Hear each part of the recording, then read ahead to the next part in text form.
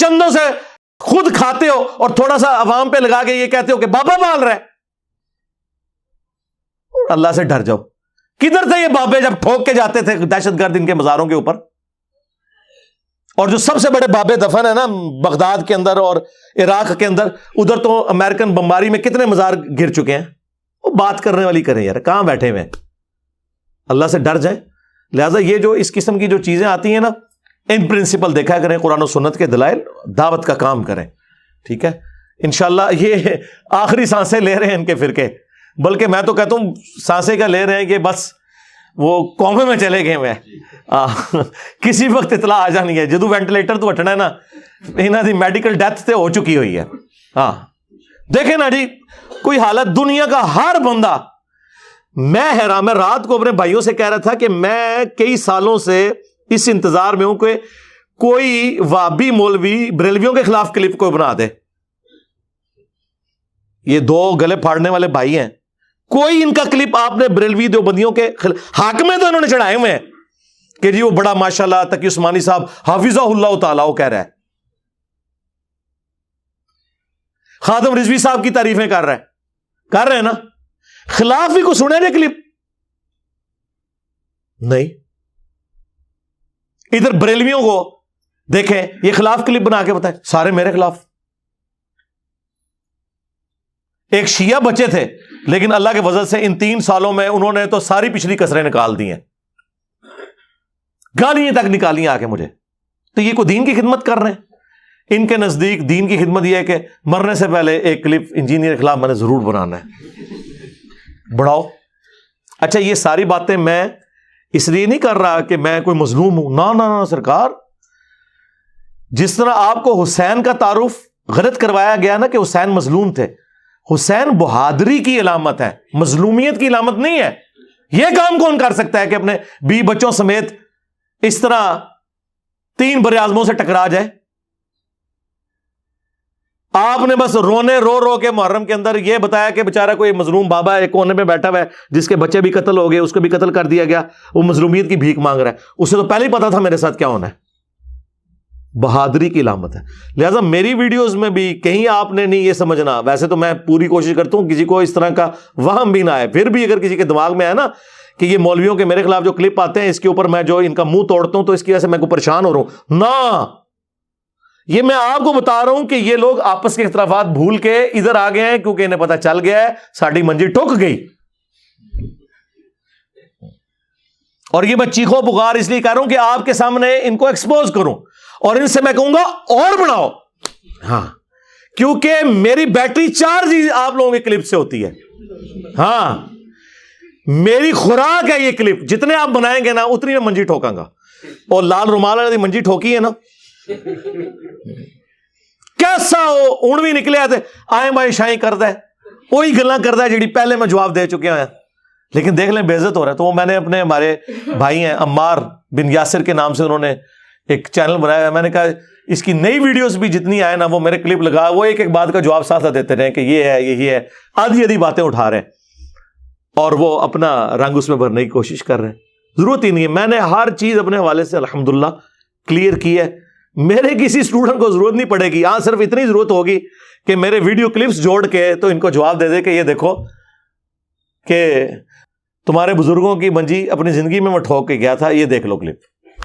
ٹھیک ہے, صلو علی محمد و آل محمد, اللہم صلی علی محمد و علی آل محمد.